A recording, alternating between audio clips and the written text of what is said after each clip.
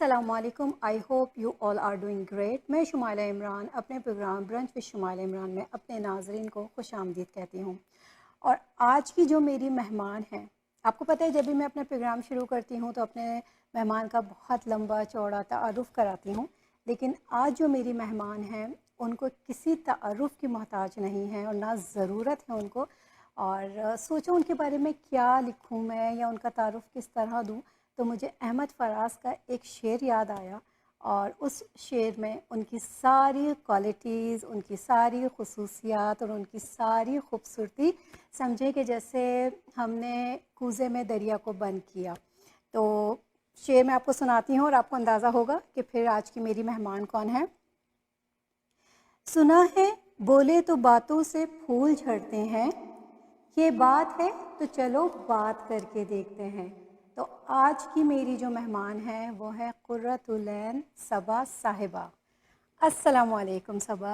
वालेकुम अस्सलाम। क्या हाल है शुमाइला मैं आपके? अल्हम्दुलिल्लाह ठीक ठाक, आप कैसी हैं? मैं ठीक हूँ बिल्कुल। और मैं शेर सुन के सोच रही थी कि मेरी ख्वाहिश और दुआ है कि आपके नाज़रीन को भी फूल झड़ते ही महसूस हो। नहीं बिल्कुल, और ये नाज़रीन फ़र्स्ट टाइम नहीं है आपका, माशाल्लाह आपका फ़ेसबुक पे भी माशाल्लाह काम है। जी अभी हम पूछेंगे इनसे इनका सारा तारुफ़, लेकिन बेसिक हम लोग बातचीत कर लें। ये बताइए सबा, हाँ, कैसी हैं आप? कैसी गुज़र रही है? अल्हम्दुलिल्लाह बहुत अच्छी गुजर रही है। अब तो आप देख रही हैं बाहर की आमद आमद है, जी, ज़रा मौसम बहुत अच्छा हो गया है तो खुद ब खुद ही जो है ना वो एक मूड सबका अच्छा हो जाता है जब ये सही, सही, मौसम सही। आता है। अल्हम्दुलिल्लाह। अच्छा जी, ये बताइए सबा, हम आपको क्या बोलें? कुर्रतुल ऐन सबा बोलें या सबा बोलें? इतना खूबसूरत नाम आपका कि बोलने से ही लगता है कि मुँह में मिठास आ गई है। बहुत शुक्रिया। मैंने सुना भी है, पढ़ा भी है, और ये ठीक है, बात भी बहुत ठीक है कि जो पहला तोहफ़ा होता है ना वालिदैन हुँ, नाम का देते हैं वो अपनी औलाद को। बिल्कुल सही बात है। तो जो मेरे वालिद साहब थे, जो मेरे अब्बा थे, उन्होंने मेरा नाम रखा था कुर्रतुल ऐन। दरअसल वो मुतासिर थे कुर्रतुल ऐन हैदर साहिबा से। ओह माशाल्लाह! तो उन्होंने उनके नाम पे मेरा नाम रखा था हुँ, और साथ में उन्होंने सबा का एक सीगा लगाया था कि इसका मतलब ये बने कि आँखों की ठंडक हुँ, और जो सुबह की हवा है। तो माशाल्लाह। ये कुछ उनके उनका जो है उसमें था, कुछ तख्लीक़ी उनका ज़हन था, तो इस तरह का उन्होंने मुझे नाम दिया। तो लेकिन मैं पुकारी सबा के नाम से ही जाती हूँ। सबा के नाम जी, से तो आप पुकारा मुझे जाती सबा हैं। के नाम से ही पुकार अच्छा, सकते हैं। सबा ये बताइए बचपन कैसे गुज़रा? बचपन में कैसी तबीयत थी? कितने बहन-भाई थे?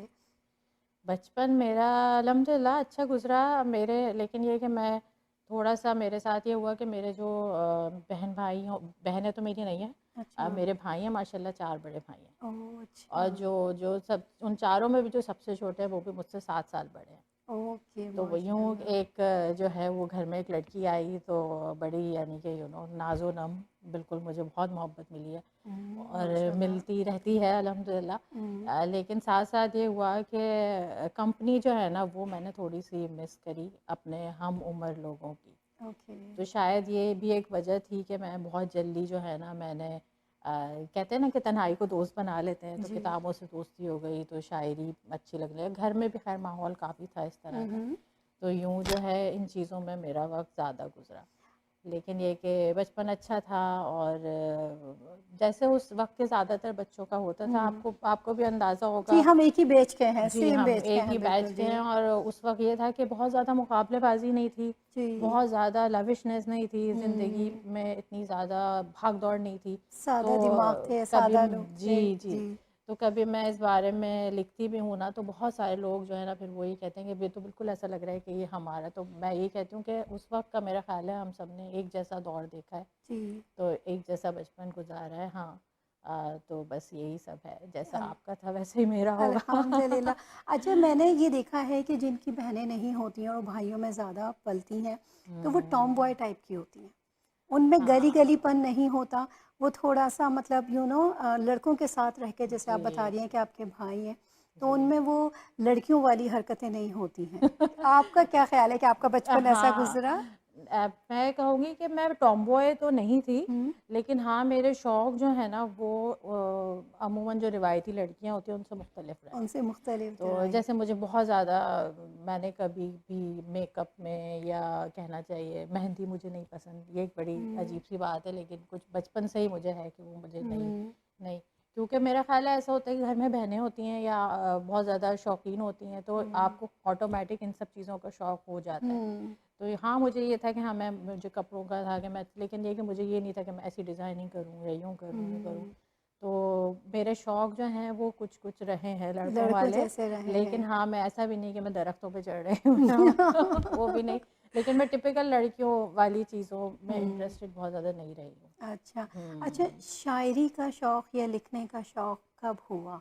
कैसे अंदाज़ा हुआ कि हाँ, मेरा रुझान इस तरफ है या मैं कर सकती हूँ? कैसा रहा ये एक्सपीरियंस, तजुर्बा?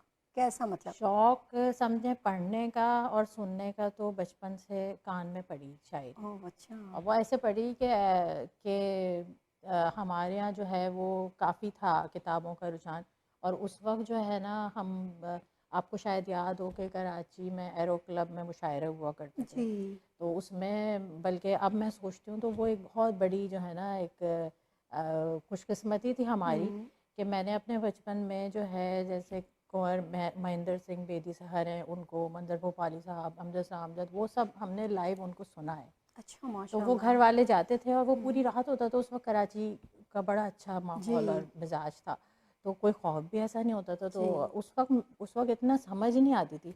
लेकिन ये कि वो जाके बैठना, जब भी आप किसी माहौल में जाते हैं ना, तो आप ज़रूर कुछ ना कुछ पिक करते हैं। बिल्कुल सही बात तो है। वो एक ना, जैसे होता है ना कि वो परछाई पड़ती चली गई और एक असरात जिस तरह से होते हैं, तो वो वहाँ से पिकअप हो गया। तो अच्छा। उर्दू और कुछ मेरे अंदर ये अच्छा, मैं ये भी कहूँगी कि ये एक विरसा भी इसको समझ सकते हैं, जी, गॉड क्योंकि गिफ्टेड भी होता है। जी। हाँ, तो विरसा इस लिहाज से कहूँगी मैं कि मेरे जो है वालिद साहब, उनको भी बहुत शौक़ था। अच्छा, वो खुद भी माशाल्लाह। लिखते थे। इंडिया में मेरे चचा और ताया वगैरह होते हैं, उनकी भी, वो भी पब्लिश्ड राइटर है, मुस्तफ़ा ओह ताज वाओ! उनका नाम है। उनकी कई किताबें रिख्ता पे भी मौजूद हैं अभी। अच्छा, जी। माशाल्लाह। अम्मी मेरी अफ़साना निगार थी, लेकिन उनका जो है वो तात्तुल आ गया था थोड़ा, कुछ हमारे हालात ऐसे रहे। मेरे वाले साहब की बहुत जल्दी जो है वो डेथ हो गई थी। ओह, या अल्लाह। तो वो एक तरह से उन्होंने सिंगल मदर का रोल निभाया। तो लेकिन वो अपनी शादी से पहले वो बाकायदा जो है अफ़साने मैगज़ीन में उनके छपते थे। अच्छा, जी, माशाल्लाह। उस वक़्त गुलरुख आता था, आई थिंक बहुत पुराना मैगज़ीन था, मुझे याद नहीं। तो उनके पास इसी तरह से वो लेटर्स आ रहे हैं एडिटर से साथ भी, तो यूँ। तो फिर वो एक बहुत बड़ा गैप आया। लेकिन अभी ये हुआ कि वो 2015 में मेरे पास आई, तो उन्होंने कहा कि तुम मेरा फ़ेसबुक का पेज बनाओ, जगबीती के नाम से हमने उनका पेज बनाया। उन्होंने लिखना शुरू किया और समझे 4-5 साल के बाद ये हुआ कि पिछले साल हमने उनकी बुक पब्लिश करवाई, माशाल्लाह, तो किस नाम से करवाई बुक? जगबीती के नाम से। जगबीती से। जी। अच्छा, कैसा रिस्पॉन्स मिला? बहुत अच्छा रिस्पॉन्स है जी। अच्छा। और वो इतनी, यानी कि आप भी पढ़ेंगी तो आपको भी बहुत अच्छा लगेगा। इंशाल्लाह। अदीब ऑनलाइन ऐप है एक, उस पे भी वो ऑनलाइन पढ़ने के लिए भी मौजूद है, आप ओके, डाउनलोड कर सकते हैं। और इसके अलावा वो हार्ड कॉपी में भी मौजूद है, तो वो आप ओके। मंगवा भी सकते हैं।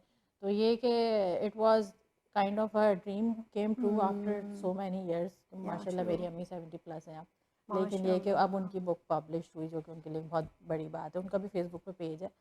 तो यूँ जो है ना आप, ये एक तरह से इनहेरिटेंस थी जो हाँ, आई। जैसे आपने शुरू में कहा कि विरासत, विरसे में हाँ, मिली आपको ये विरसे में चीज़, मिली हैं सही ये सही। चीज़ें। तो आपका रुझान किस तरफ हुआ? शायरी की तरफ हुआ, तहरीर की तरफ हुआ? आपने, हाँ, क्योंकि ये तो इतनी बड़ी, मैं कहती हूँ, फ़ील्ड है या इतना बड़ा समंदर है कि हम सब चीज़ें बैक वक़्त एक साथ नहीं कर सकते, तो हम चूज़ हाँ। करते हैं। तो आपने किस तरफ जाना पसंद किया?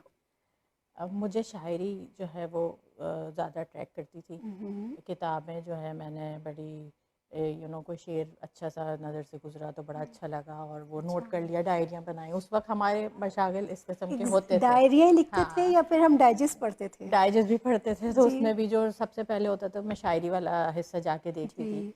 इवन उस वक़्त तो मैं आपको से को याद हो अगर, तो नौनिहाल जैसे जी, आता बिल्कुल। था, जी, जी, तो जी, जी। उसमें भी शायरी के 2 पेजेज़ होते होते थे थे। जी, बैरकाज़ी बिल्कुल, के नाम बिल्कुल। से। जी। तो इस तरह से ना वो हुँ, हुँ। टुकड़ों-टुकड़ों में कुछ यहाँ से, कुछ वहाँ से, यूँ पिक करते-करते लिखने का ऐसा हुआ सिलसिला कि वो एक बड़ी मज़े की सी बात थी। हमारी जो है ना 10th क्लास की फेयरवेल हो रही थी, जो होती थी स्कूल जी, में। बिल्कुल। हुँ। तो उसमें अब ये था कि एंड किस पे करेंगे हम अपनी फेयरवेल का। अमूमन ये होता था कि कोई गाना आ गया, कोई कुछ आ गया, जी। तो वो समझ नहीं आ रही थी। And I was very active. मुझे इन एक्टिविटीज़ में बहुत मज़ा आता था कि अच्छा हुँ। कोई स्किट लिख रहे हैं तो ये हो रहा है। और क्रिएटिविटी भी बहुत ज़्यादा उस वक़्त इन चीज़ों में होती थी। ओके। टाइटल्स देते थे एक-दूसरे को, फिर जी, वो टाइटल्स देते थे। जी, शेर बिल्कुल। डेडिकेट किया जी, जाता था। बिल्कुल। तो उस वक्त जो है फिर पहली दफ़ा ऐसा हुआ कि कोई ऐसी चीज़ मिल नहीं रही थी कि किस तरह से वो करें ना, तो टाइटल्स का जो हिस्सा है वो मेरे पास था कि वो लिख के है देने। तो बल्कि मैं होस्ट कर रही थी उस वक्त वो अच्छा, बेंतबाजी, माशाल्लाह। तो 10th क्लास की बात है। तो फिर ये हुआ कि जब हम इसको एंड करेंगे ना तो हम एक ये नज़म, और वो उस वक्त फिर वो मैंने पहली दफ़ा वो नज़म लिखी। तो याद है वो नज़म आपको? 10th, हाँ याद है मुझे, तो ज़रा बल्कि सुनाइए चंद अशआर उस नज़म के। चंद्रशार पे मुझे शुरू का थोड़ा सा याद है कि वो ऐसे लिखा था हमने कुछ के, रखते सफ़र बांध के आंसू छुपाने चले, जुदाइयों के फूल हम हर तरफ बिखराने चले, वाह! तो हुआ सब माशाल्लाह। कुछ ख़त्म और यादें रह गईं और वाह, इन यादों वाह! से एक दिया हम और जलाने चले। और आज मैं देखती हूँ तो इट वाज़न्ट दैट बैड नहीं, कि नहीं, वो बहुत अच्छा है। और माशाल्लाह से मैं जब भी आपकी तहरीरें पढ़ती हूँ, तो मुझे एक जी। चीज़ बहुत अच्छी लगती है कि आप मुश्किल चीज़ों को इतने सहल अंदाज़ में तहरीर कर देती हैं कि सामने वाला सोचता है ये चीज़ तो बहुत मुश्किल थी, ये इतने आराम से आपने कह दी कि वो सीधी जाके दिल पे अटैक करती है। जैसे अच्छा। कहती है ना कि कुछ बातें, बाज़ तहरीर ऐसे होते हैं हम पढ़ते हैं लेकिन रब्त नहीं होता या मज़ा नहीं आता, हाँ। या आपकी तहरीर की सबसे अच्छी बात मुझे लगती है उसमें मिज़ाह भी होता है, उसमें संजीदगी भी होती है, और सबसे अच्छी बात उसमें एक मैसेज होता है। और वो मैसेज इतना सादा और इतना सहल होता है कि जो नहीं उर्दू पढ़ने वाले, जिनकी जैसे हम कहते हैं बेसिक उर्दू होती है, वो हम्म। भी समझ के ना उससे बहुत सारी बातें अपनी ज़िंदगी में शामिल कर सकते हैं। बहुत शुक्रिया, आप ऐसा सोचती हैं। और कुछ लोग वाकई मुझसे कहते भी हैं कि हाँ ये जो है ना, यानी कि बहुत सादा अंदाज में जो है आपने जी। कह दी, लेकिन मेरा ख्याल है कि जो भी बात जिस चीज़ से भी लोग रिलेट कर सकते हैं ना, हम्म। जो उनको लगे कि ये हमसे कनेक्टेड है, ये हम्म। हमारी बात है, उससे उस पर खुद ब खुद आदमी का दिल खिंचता है और उसका पढ़ने का दिल भी चाहता है। और जी। दूसरा ये कि एक बड़ी अच्छी ये भी बात मैंने अपनी अम्मी से ही बल्कि सीखी शुरू में, जब मैंने अपना ब्लॉग बनाया था, आपको ख्याल बाय सबा के नाम से मेरा ब्लॉग है, वेबसाइट भी है ख्यालबायसबा.com। तो उस वक्त जो है मुझे होता, मैंने जैसे आहिस्ता आहिस्ता आप लिखते हैं ना तो रवां होते जाते हैं, तो उस वक्त मैं कोशिश करती थी कि बहुत अच्छी सी उर्दू लिखूं और उसमें कुछ अच्छे से अल्फाज भी डालूं जो आम फहम नहीं है या थोड़े से। तो उस वक्त उन्होंने कहा था आसान ज़बान इस्तेमाल किया करो, एक कमेंट उन्होंने मुझे उस पर किया था। उस वक्त मेरी ये बात थोड़ी ज़्यादा समझ में नहीं आई थी, लेकिन ये कि आप जब भी लिखते हैं ना तो आप अपने ऑडियंस को दिमाग में रख के लिखें, आप ओके। अपने हिसाब से ना लिखें कि जिस तरह की आपकी उर्दू है या जो आपको पसंद है। जी। आप ये सोचें कि अगर आपको कोई पैगाम देना है तो वो किस तक पहुंचना चाहिए, या ओके। पढ़ने वाले कौन है, या जो सही। पढ़ेंगे उनकी समझ में भी आएगा या वो उनको सर पे समझने से के गुजर लिए। जाएगा। हाँ। तो उस तरह तो फिर मुझे खुद भी अच्छा लगने लगा कि हाँ क्या ज़रूरत है आपको किसी किस्म का भी कोई शकील तरीका अपनाने की, जी। जबकि आसानी से बात कही जा सकती जी, बिल्कुल। और वो कहते हैं ना कि सादा बात जो है ना दिल पे असर करती है। है। हाँ, जितनी जितनी सादा और आसान। जी। जी, ओके। रिलेटेबल हो। अच्छा, मुझे ये बताइए, जब उर्दू से आपको शुरू से बहुत लगाव है, उर्दू ज़बान से, तो फिर आपने तो मास्टर्स वगैरह किया होगा उर्दू लिटरेचर वगैरह में? नहीं नहीं? उर्दू लिटरेचर, मैं प्रोफेशनल, मैं इंजीनियर हूँ एक्चुअली, कंप्यूटर इंजीनियरिंग की हुई है मैंने। ये कैसे पॉसिबल है? एक इंजीनियर नहीं। और फिर एक शायर और फिर इतनी सारी चीज़ें वो कैसे? बस एक कॉम्बिनेशन था। मुझे मुझे इंजीनियरिंग का शौक़ था, हाँ, कि मुझे करनी है, और उस वक्त 2000 बैच था मेरा उस वक्त, तो उस वक्त जो है ना ये फील्ड बहुत ज़्यादा बूम हो रही थी, आहिस्ता आहिस्ता आ रही ओके। थी। तो आई हैड अ ड्रीम कि हाँ भाई मुझे ये करना है। हुँ। तो लेकिन ये है कि उर्दू को के लिए आप मेरी ख्वाहिश है कि हाँ कभी मुझे मौका मिले तो मैं उस तरह की उर्दू भी पढ़ सकूं जो मास्टर्स लेवल पे और इस तरह से पढ़ के लोग जी, निकलते हैं। बिल्कुल। लेकिन ये कि मुझे बहुत मौका मिला अपनी यूनिवर्सिटी में हुँ। बहुत कुछ सीखने का हुँ, और हुँ। बहुत कुछ प्रेजेंट करने का। हुँ। और फिर वही लिटरेरी सोसाइटीज़ होती हैं और फिर बैतबाजियाँ हो रही हुँ, हैं। राइट। फिर हमने ही बल्कि वहाँ पे सरसरी यूनिवर्सिटी थी मेरी, तो उसमें मैंने SSULF बनाया हुँ। था, लिटरेरी फोरम। तो हुँ। उसके तहत प्रोग्राम होते थे। फिर it was a life long experience कि हम जो है यूनिवर्सिटी को रिप्रेजेंट करने के लिए गए थे एग्रीकल्चर यूनिवर्सिटी फैसलाबाद हुँ। As a student. तो इट वाज वो उन सारी चीज़ों ने मेरी बहुत ज़्यादा हेल्प करी। हेल्प और की उसी होगी। दौरान जो है ना मुझे टीवी पे भी जाने का मौका मिला। हुँ। PTV पे उस पे जिस यूथ प्रोग्राम्स होते थे हुँ, हुँ। उसमें। तो इट वाज ऑल वो करिकुलर थी एक्टिविटी। ओके। तो इट वाजंट अबाउट कि हाँ उर्दू में मैंने मास्टर वगैरह किया, लेकिन हाँ किताबें और ये सारी एक्टिविटीज़ पढ़ने ने मुझे बहुत सिखाया है शायद। अच्छा, वेरी इंटरेस्टिंग कि आप इंजीनियरिंग यूनिवर्सिटी में थी और उर्दू के लिए काम कर रही थी, पोइट्रीज़ के लिए काम कर रही थी, तो लोग भी हैरान होते होंगे हैं। अच्छा, कौन सा इंजीनियरिंग किया आपने? मैंने कंप्यूटर्स में किया है। कंप्यूटर्स जी में जी। किया, लो ये उससे भी अलग हो गया। एक्चुअली उस वक्त हमारा ये फोकस नहीं होता था कि हम उर्दू के लिए काम करें, लेकिन एक्चुअली बात ये थी कि जो भी एक्टिविटीज़ हो रही हैं, क्योंकि वो देखें ये जो क्रिएटिव साइड होती है ना किसी भी आदमी की, वो आपकी कोई भी फील्ड हो, आप इंजीनियर हो, आप मेडिकल में जा रहे हो, आप लॉयर हो, आप कुछ भी कर रहे हैं ना, तो उस चीज़ को जो है ना उसकी निगहदाश्त बड़ी ज़रूरी होती है। लेकिन ऐसे लोग बहुत कम होते हैं दुनिया में जिनका प्रोफेशन कुछ और हो और उनकी हॉबीज़ कुछ डिफरेंट हो, वरना नॉर्मली जो होता है वो हमेशा कहते हैं कि जैसा प्रोफेशन है फिर हमारी हॉबीज़ भी फिर वैसी ही होंगी। और इन स्पेशली हम जब कनाडा में रहते हैं या इन मुल्कों में रहते हैं तो यहाँ उर्दू ज़बान की अहमियत अपने बच्चों को देना बहुत ज़रूरी है, क्योंकि इंग्लिश तो बच्चे सीख ही लेते हैं, लेकिन अपनी जो ज़बान है उसका बच्चों का अंदर शऊर पैदा करना या उसके लिए अपनी कम्युनिटी के लिए काम करना ये भी बहुत ज़रूरी है। तो फिर जब आप कनाडा आए तो आपने कनाडा में आके फिर इस हवाले से कोई काम किया? मैंने कनाडा आने के बाद से तो नहीं, मैं शुरू से कुछ ना कुछ कर रही हूँ, मैं कहीं ना कहीं लिख रही होती हूँ। शुरू में शाह अली उद्दीन साहब थे, उनका एक यहाँ पारस आता था मैगज़ीन जी। तो उसमें भी मैंने, जब मैं नई आई थी तो मैंने उसमें कुछ अफसाने भेजे थे, उसमें छपे। मैंने उससे पहले पाकिस्तान में जब थी तो ख़वातीन डाइजेस्ट में भी भेजा, उसमें भेजा तो वो पब्लिश होना शुरू हो गया था, तो उस वक्त मुझे आइडिया हो गया था। बच्चों के लिए जो है मेरा काम चल रहा है। मैंने अभी जो है 2 साल पहले एक चैनल बनाया था, उसमें मैंने अपने बेटे के साथ वीडियो शुरू करी। अब मैंने उसको ज़रा और सीरियस लेके शुरू किया है, क्योंकि छोटी छोटी चीज़ें जो है ना उर्दू इंग्लिश दोनों में वो करते हैं। अक्सर लोग मुझसे पूछते थे कि कैसे अच्छी है बच्चों की उर्दू, या क्यों ज़रूरी। बहुत सारे आपने यहाँ लोग देखे होंगे वो कहते हैं कि क्या ज़रूरत है जी। क्या, हमें आगे जाके तो कुछ ऐसा वो नहीं करना, हमारे बच्चे क्यों पढ़ें ये करें। मैं ये कहती हूँ कि एक आपके पास इतनी खूबसूरत ज़बान है तो आप उसको क्यों खोएं। आपको अगर हम लोग जाते हैं अलग से सीखते हैं, ये ज़बान सीखें, ये ज़बान है, लिंग्विस्टिक स्किल्स अपने बेहतर करें, तो अगर हमारे पास कुछ पहले से है तो उसको अब एक इतना बड़ा एक ज़बान का एवेन्यू बंद हो जाता है ना, तो समझे पूरा कल्चर उस जगह के, क्या म्यूज़िक, गेम, एक्टिविटीज़, वो सारी बंद हो गई। और सबसे जो एक बात मुझे बहुत अफसोस होता है ना देख के कि हमारे यहाँ बहुत से घर ऐसे हैं जहाँ पे आपस में बात नहीं हो पाती ज़बान के फ़र्क से, ग्रैंड पेरेंट्स और ग्रैंड चिल्ड्रन। बिल्कुल सही बात कह रही हैं, बिल्कुल सही। एक घर में रहते हैं मगर आपस में बात नहीं हो पाती है, क्योंकि ज़बान एक दूसरे की। जी तो बिल्कुल। तो ये फासला हम बढ़ाते हैं, हमारे हाथ में है ये कम करना, लेकिन हम उसको बढ़ा देते हैं। तो ये है कि मेरी कोशिश है कि हम बच्चों के लिए काम करें काफ़ी इस तरह से कि गैर महसूस तरीके से, जो उनको पता भी ना चले और वो सीख भी जाएं और भूले भी ना।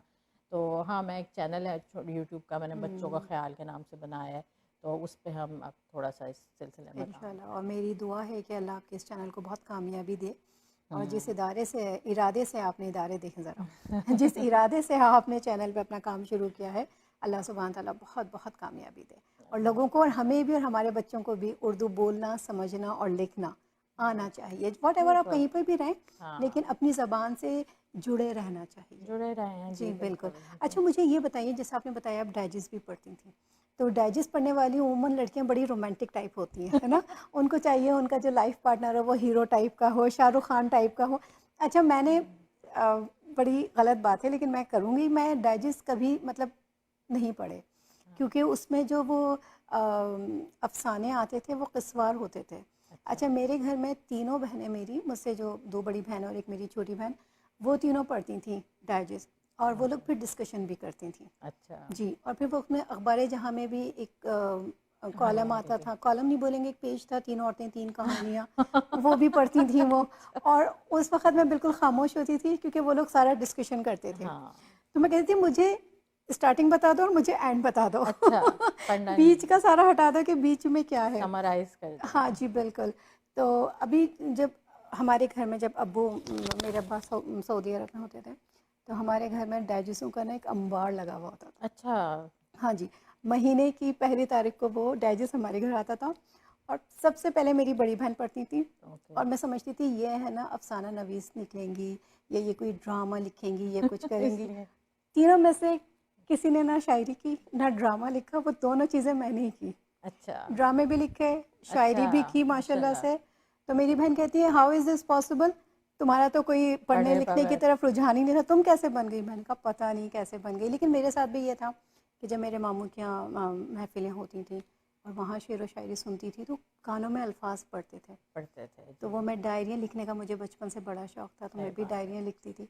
लेकिन हमारी अम्मी थोड़ी कंजर्वेटिव थी, वो पसंद नहीं करती लड़कियाँ डायरियाँ वारियाँ लिखें, ये करें। डायरियाँ लिखते हैं हाँ, अच्छा। अच्छा मैं अपने घर में ज़रा थोड़ा टॉम बॉय टाइप की ओके और मेरी तीनों बहनें बहुत गली गली सी। अच्छा मैंने कभी गुड़ियों से नहीं खेला, कभी गुड़ियों ओके की शादियाँ वादियाँ नहीं की, मेकअप वेकअप में कोई इंटरेस्ट नहीं, ज्वेलरी वगैरह में कुछ नहीं। तो लेकिन अब जैसे जैसे उम्र बढ़ती गई, लिखना शुरू किया, तो मेरी बहनें जब मेरी तहरीरें पढ़ती हैं तो कहती हैं नो ये तुम नहीं हो, ये अच्छा तुम्हारी सोच ऐसी क्यों है? तो ऐसे पता नहीं क्यों जब लिखने बैठो ना तो फिर ख्यालात खुद ब खुद आते हैं। लेकिन हाँ अभी मैंने पब्लिक के सामने नहीं आई, अभी इतनी अच्छा आप अभी कॉन्फिडेंट नहीं नहीं हूँ। आई हाँ हैं लेकिन ये है कि कोशिश है मेरी कि हाँ बिल्कुल इंशाल्लाह। बिल्कुल, क्योंकि हम शुरू करते हैं ना तो फिर आहिस्ता आहिस्ता हमें खुद भी समझ आता जाता है कि हम कहाँ पे हमारी इम्प्रूवमेंट की ज़रूरत है, जी कहाँ पे जो है वो रवानी की कमी है जी या लेकिन ये है कि पढ़ने से काफ़ी फ़र्क पड़ता है बहुत फ़र्क जी। पड़ता है।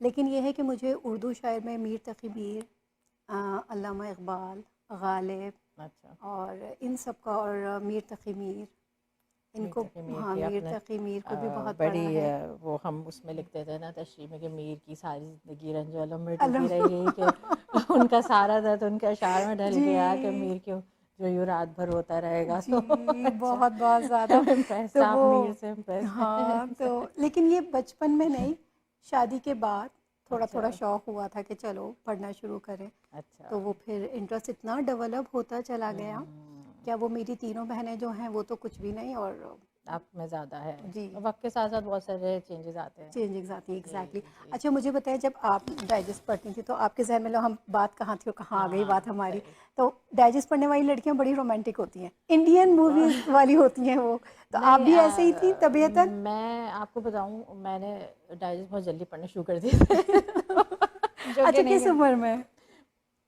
wasn't you know 12-13 में भी अच्छा तो वाह। असल में बात ये थी मैं अपने मेरे मेरे आसपास बच्चे तो थे नहीं ठीक है हम्म ना तो वो ये होता था कि मेरी और कुछ ऐसी बात है कि जो मेरे कज़न वगैरह भी थे ना वो या तो हम्म मुझसे बहुत बड़े थे या वो मुझसे बहुत छोटे थे तो ओके मेरे हम उम्र जो है ना वो इतने मुझे उनकी सोहबत नहीं मिली तो हम्म मैंने हर तरह की किताब से दिल लगाया हुआ था तो मुझे बड़ा मज़ा आता मेरी खाला के यहाँ बहुत आते थे डाइजेस्ट हम्म और वो मेरी खाला से मैंने मुझसे बहुत बड़ी हैं 10 ईयर्स वो मुझसे बड़ी हैं तो वो इस तरह से तो उनके बड़ी पाबंदी से आते थे तो मैं उनके यहाँ जाती थी तो मुझे वही है ना कि सबसे पहले मैं वो शायरी वाला सिलसिला देखती थी और हम्म ये देखती थी फिर आहिस्ता आहिस्ता लेकिन ये जो आप कह रही हैं ना रोमांटिक होना या ख्वाबों की दुनिया में हम्म रहना या वो उसमें मेरी ये टेक है और मैं सही बताऊं कि हाँ मुझे बताते हुए मैं ऐसे हिचकिचाहट होती हम्म थी घर में सब मना करते थे कि अभी नहीं पढ़ना है हम्म लेकिन ये बताते हुए थोड़ी सी वो होती थी कि भाई ये कि मैं डाइजेस्ट पढ़ती हूँ मुझे थोड़ा सा लगता था कि नहीं this is something you no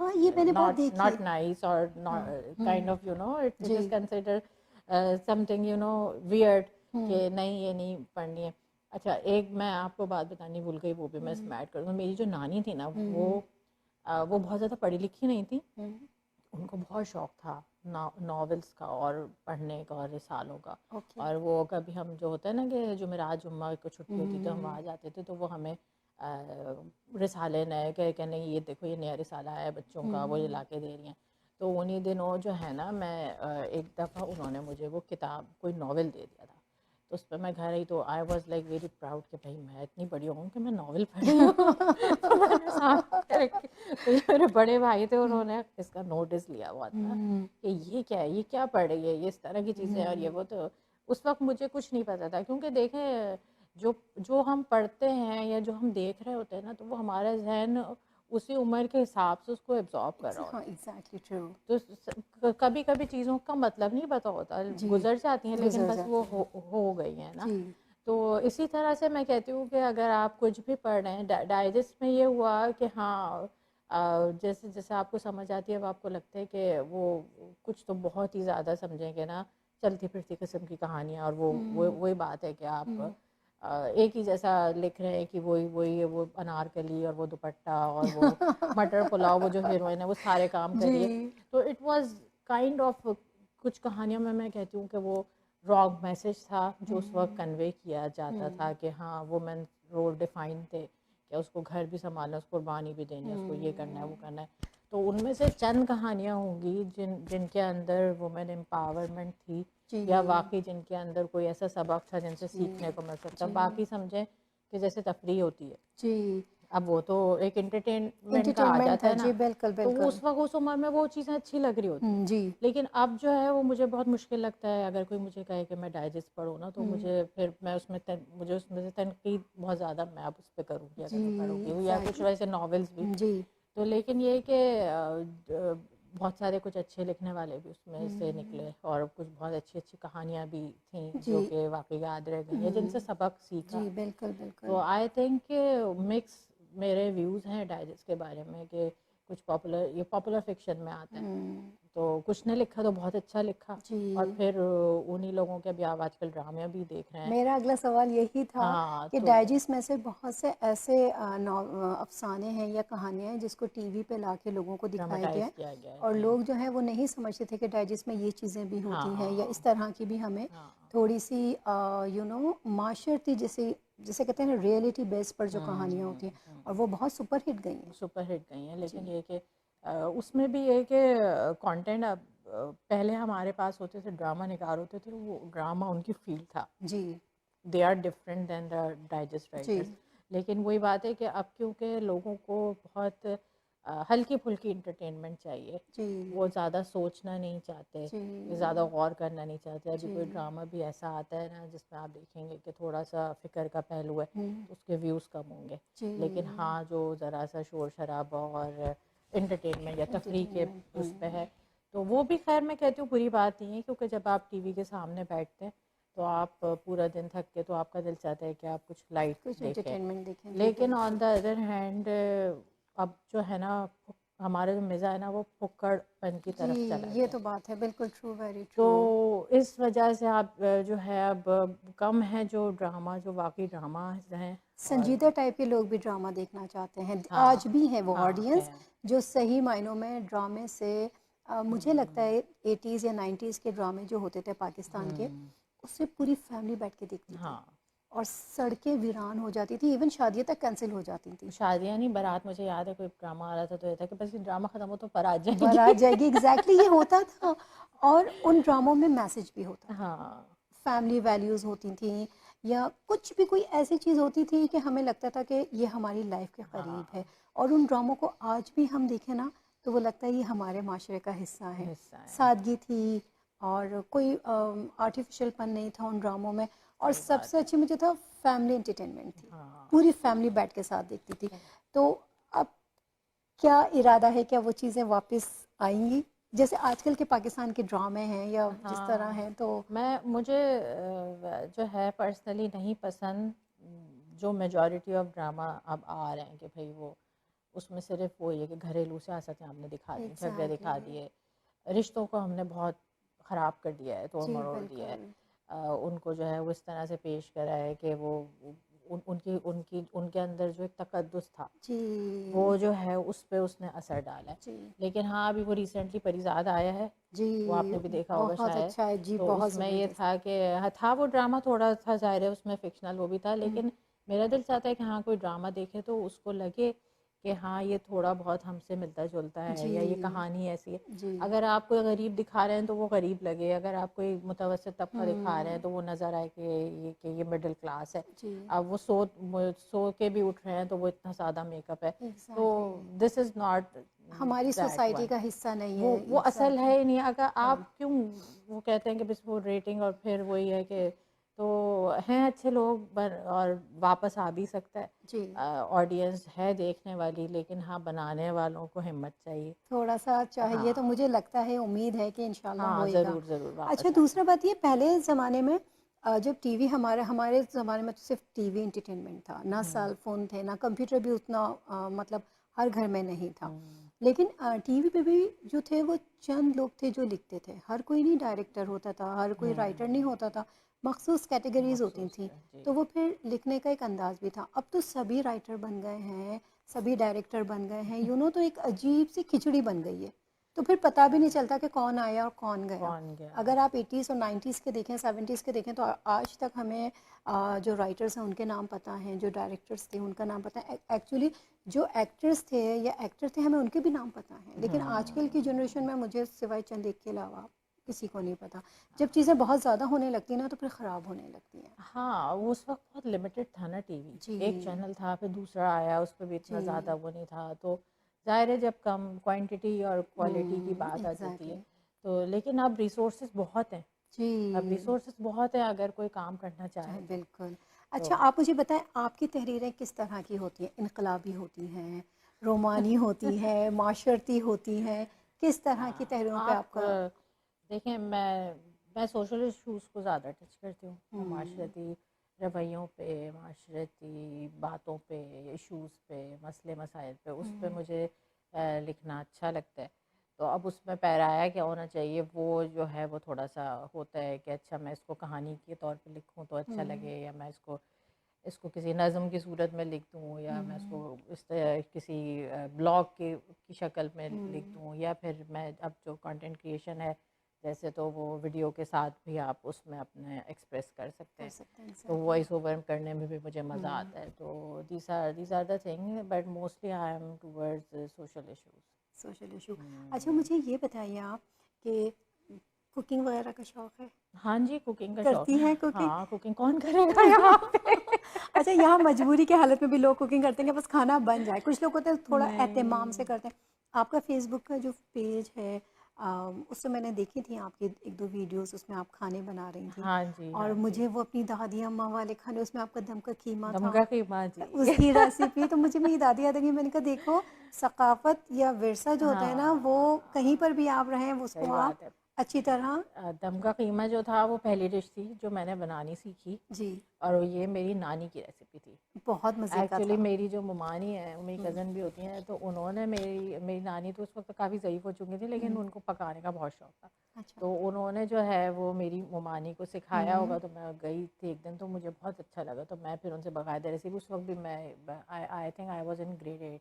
oh wow! तो उस वक्त फिर मैंने ना पेपर पे लिख के और एक एक चीज़ उसको फॉलो करके और यूँ करके बनाई। तो वो मेरी मेरी एक पहली डिश थी। और जहाँ तक उसका ताल्लुक है, तो मेरा असल में ब्लॉग जो है फेसबुक का ना, वो एक मैगज़ीन की तरह है। ओके। तो उसमें आपको ना सब कुछ सब मिलेगा कुछ थोड़ा थोड़ा। मिलेगा। जी, बिल्कुल। तो कभी मेरा लिखने का मूड है तो अब मैं ब्लॉग लिख देती हूँ, कभी कोई हुँ, नज़्म पोस्ट कर दी, किसी मुशायरे में गई हूँ तो मैंने अपनी वीडियो उसमें डाल दी। कुछ हुँ, कुछ कुछ इशू ऐसा हुआ है जिस पे आवाज़ उठानी ज़रूरी है, तो मुझे हुँ। लगता है कि मुझे इसके बारे में लिखना चाहिए।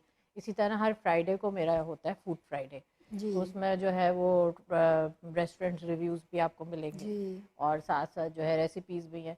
तो उसी से रिलेटेड मैंने जो है ना यूट्यूब का भी एक चैनल साइड में बनाया, क्योंकि मुझे कभी यूट्यूब का मेरा चैनल है ख्याल हुँ, भाई सबा के नाम से, जी, तो उसमें जो मेरे ब्लॉग या वीडियोस आ रही होती थी उसके बीच में खाना लाना मुझे अजीब सा लगता जी। था। हुँ, लेकिन ये कि खाने का एक है वो हिस्सा, उसको आप छोड़ नहीं सकते। छोड़ नहीं और सकते, सही बात है। पकाने का हाँ, मुझे शौक था, मैंने सीखा बहुत पाकिस्तान में। हुँ, उस वक्त हुँ। कोर्सेज होते थे तो मैं हर कोर्स कर लेती थी कि मैं ये ओके। भी कर लूँ, ये भी कर लूँ। तो उसमें जो है ना, वो तो है, वो तो एक ज़िंदगी का हिस्सा है, उससे हिस्सा आप है, नहीं भाग सकते। सही। तो बल्कि ये कि अब मैं क्योंकि काम करने लगी हूँ, और मेरे साथ जो है ये, जब मैं जॉब भी करती थी जब भी, फिर ये होता है कि आपको टाइम मैनेज करना होता है। एग्ज़ैक्टली तो ट्रू। यहाँ रहते हुए फिर ये होता है कि अच्छा बैच कुकिंग करनी है तो कैसे करनी है, कौन से हुँ, खाने आधे पका के रख दिए, कर दिए, तो कम से कम टाइम में जल्दी जल्दी काम हो जाए। जी। तो उसमें काफ़ी अभी भी, बल्कि जो नए आए हैं या जो पकाना सीख रहे होते हैं, वो अक्सर मुझसे पूछती हैं कि अच्छा ये कैसे किया, ये कैसे किया। तो मैं कहती हूँ कि हाँ, हम जब उस एज से या उस मरहले से गुजर चुके होते हैं ना, हुँ, तो हमें लगता है कि आपके अब इसके बारे में बात करने की ज़रूरत नहीं है। Exactly true. लेकिन ये कि किसी को कहीं ना कहीं जो है वो ज़रूरत पड़ती उस है। स्टेज से गुजर रहा होता है, तो वो हुँ, पूछता है। जी, तो मैं हर फ्राइडे को मेरे पेज पे आता है फूड जी। फ्राइडे के नाम से, तो उसमें मैं फिर अच्छा, उस मुझे पर बताएँ, जब आपने तहरीरें लिखना शुरू की तो किससे इस्लाह करवाई, या किसको अपनी तहरीरें दिखाई कि ये इसमें क्या गलती है, ये इसमें क्या इस्लाह करवाएँ? कौन था आपका वो? आपकी अम्मी थीं, खानदान में? इस्लाह तो मेरा ख़्याल है, और सबसे बड़े जो इस्लाह करने वाले वो ऑडियंस हो जाते हैं। हुँ, लेकिन ये कि मैंने बहुत दिन मैंने असल में 2012 में मैंने लिखना शुरू किया था। तो उस वक्त जो है ना मुझे आपको पता होगा वो तलत हुसैन साहब हैं जो हमारे सहाफ़ी जो हैं, जी उन्होंने एक जी जी। वेबसाइट शुरू की थी सच टीवी के नाम से। ओके तो उसमें मैंने ब्लॉग भेजा था पहली दफ़ा। ओके। उससे पहले मैं डाइजेस्ट में लिख चुकी थी, तो मुझे आइडिया तो हो गया था कि हाँ जो मैं लिख रही हूँ वो छपने के काबिल है। तो डाइजेस्ट में क्या लिखा था आपने? अफ़साने लिखे थे। अफसाने लिखे थे? हो हाँ, तो किस अफ़साने नौयत के लिखे थे। अफसाने थे? बस माशरती? इसी तरह के, जी, इसी ओह तरह के उसमें वाह। थे। तो 2-3 मैंने उस वक़्त मैंने उनको भेजे थे। फिर मैंने यहाँ आके, असल में हमारे साथ मसला ये है कि वहाँ पे अभी तक भी ना, ख़ास तौर पे जो डाइजेस्ट वाले हैं उनकी टेक्नोलॉजी अपग्रेड वैसा नहीं है जैसे यहाँ पे। अब वो अभी भी जो है वो इस तरह से कहते हैं कि एक मखसूस फॉर्मेट में लिख के और उनको मेल की जाए। तो अब तो हो सकता है आपको चेंज हुआ हो, लेकिन ये मैं आपको बात कर रही हूँ आई थिंक 7-8 साल पहले की भी। तो उनका ये था कि या तो आप हमें मेल करें यहाँ से, या ये कि इन पेज के फॉर्मेट में बना के भेजें। और हालांकि अब तो इतनी आसानी हो गई कि आप अपने सेल फ़ोन पे भी लिख के भेज सकते हैं। तो एग्जैक्टली। वहाँ फिर थोड़ा सा गैप आया। उसके बाद फिर फेसबुक आ गई, ब्लॉगिंग आ गई, मेरी अपनी वेबसाइट आ गई। तो फिर ये कि मैंने कहा कि जब ये प्लेटफॉर्म मौजूद है तो फिर मुझे वहाँ क्या ज़रूरत है। तो फिर ये हुआ था कि उस वक्त मैंने जब 2011 में वो लिखा कॉलम और वो भेजा, तो उसमें वो तलत हुसैन साहब ने शेयर करा था अपने पेज पे। अच्छा वाह। तो फिर वहाँ से मुझे ज़रा बूस्ट मिला कि अच्छा ये मैंने इतना अच्छा लिखा है, क्योंकि उनकी जो वेबसाइट आती थी उसमें कुछ सिलेक्टेड कॉलम्स होते थे जो वो खुद शेयर करते थे ओके। ना, वेबसाइट पे तो आ जाता था। तो जैसे होता है ना मुंतखब जी। तहरीरें, तो उसमें उन्होंने एक ब्लॉग शेयर किया तो it was very big thing for me. फिर एक और ब्लॉग शेयर किया तो मैंने कहा हाँ अब तो लिख लेना चाहिए। फिर उसके बाद ये हुआ कि मैं दोबारा से थोड़ा सा उनकी वेबसाइट, बल्कि उसको वो मेंटेनेंस उसकी सही नहीं हो रही थी, वो बंद हो गई, क्या हुआ। तो फिर गैप आ गया, फिर मैं बच्चों में बिज़ी हो गई, वही इस राइट। तरह से हमारा होता है बीच में। तो फिर अगेन मैंने जो है 2-3 साल पहले फिर मैंने तवातुर से शुरू किया। तो फिर मैंने हम सब वजाद मसूद साहब की वेबसाइट है उस पर मैंने ब्लॉग भेजा। तो उन्होंने जो है मुझे एक दो चीज़ें कही इस्लाह के हवाले से। आप पूछ रही हैं कि मेरे जो है ना वो कॉमे और फुल स्टॉप में मैं गड़बड़ करती हूँ। अच्छा। तो तो उन्होंने जो मैंने ब्लॉग भेजा तो वो मुंतखब तहरीरों में आया उस वक्त। तो उस मुंतखब तहरीरों में उस वक्त जो है नूरुल शाह की तहरीर थी और 3-4 माशाल्लाह। और भी बहुत हमारे मोतबर बड़े लिखने वाले हैं। तो उससे फिर ज़ाहिर है आपको बूस्ट मिलता है, आपको खून बढ़ता है कि अच्छा मैंने अभी दूसरी भेजी है। तो फिर उनका आया कि नहीं लिखती रही है, बस इसका ध्यान रखा करें, ये करा करें। तो उस हवाले से, लेकिन कोई मैं ऐसी चीज़ लिखती हूँ जिस पे मुझे लग रहा होता है कि ये जानी चाहिए, नहीं जानी चाहिए, या ये मैंने ज़्यादा लिख दिया, या इसमें इस चीज़ को मैंने फोकस किया, मैं अपने हस्बैंड को पढ़वाती हूँ। ओके। मेरे भाई हैं जो है वो एडवर्टीज़मेंट में हैं और माशाल्लाह इज़ अ डायरेक्टर, वो ऐड बनाते हैं। तो उनको एक नज़र दिखाती हूँ, अरे ये देख लो। दूसरे वाले भाई हैं वो जो अदीब ऑनलाइन उर्दू की ऐप है उन्होंने शुरू की है, अभी बहुत बड़ा प्रोजेक्ट है वो।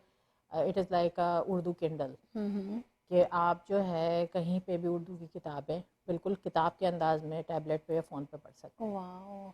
अच्छा मुझे याद है उर्दू जब हम पाकिस्तान जाते थे तो मेरे ताया के घर में बच्चों की उर्दू की बुक्स होती थी पिक्चर्स के साथ। और वो शाम में बैठ के दादी हमारी ना सब बच्चों को सुनाती थी। तो वो बुक मैं उसका नाम भूल रही हूँ, उस पे ना टाइटल्स होते थे और उर्दू में लिखी भी होती थी और फिर पिक्चर्स भी होती थी उनकी। हाँ, एक एक पिक्चर्स के नीचे पूरा पूरा जो है ना वो लिखा हुआ होता था।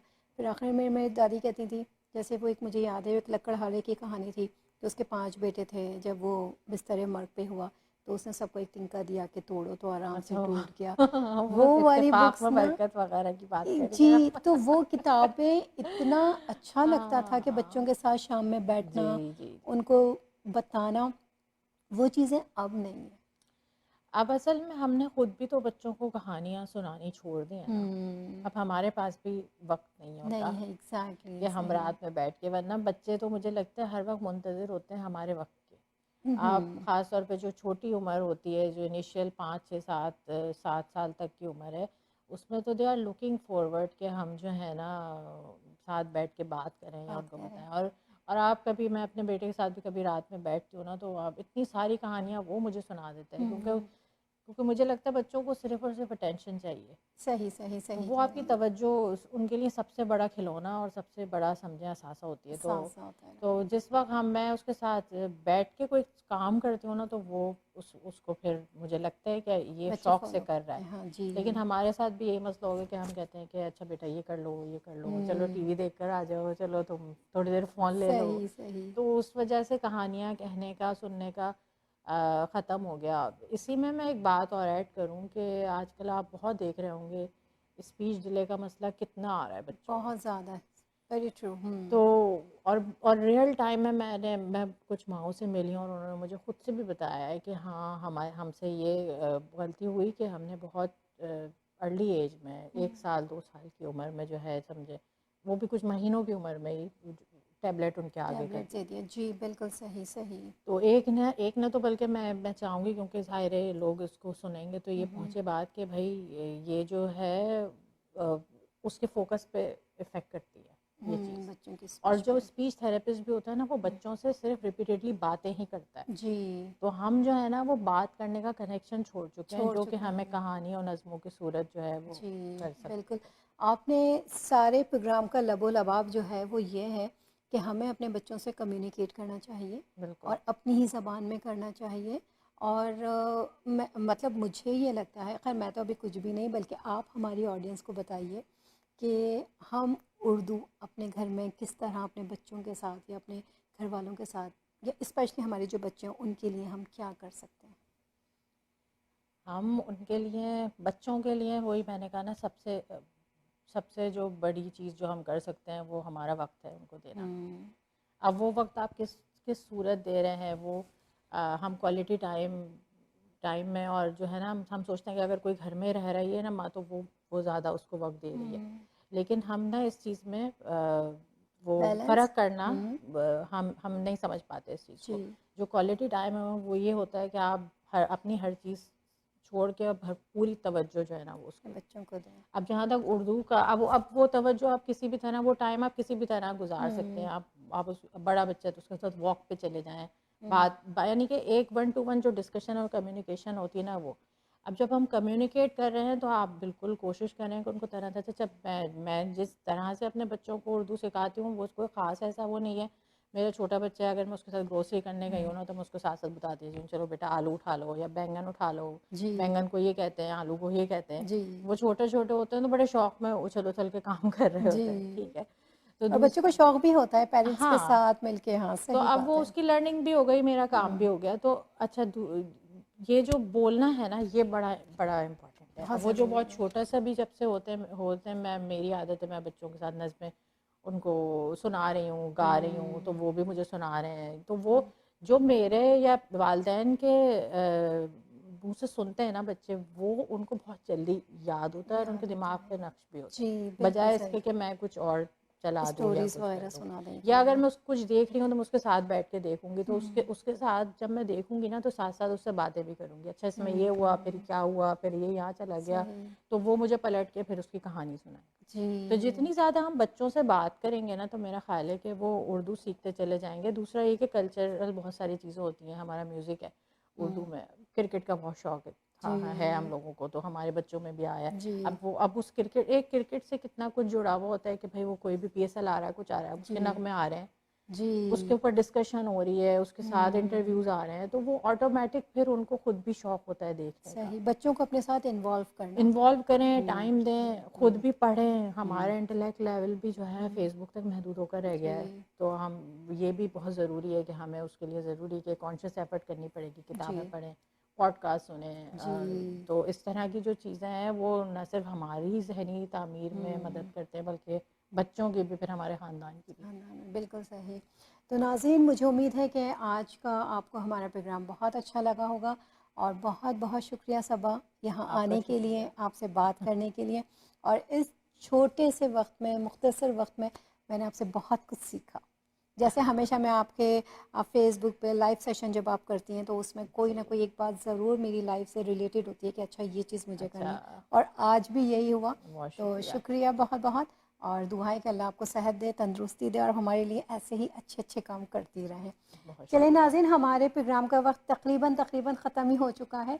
फिर इंशाल्लाह आप लोगों से अगले हफ्ते मुलाकात होगी। जहाँ रहिए अपना ख्याल रखिए। अस्सलामु अलैकुम।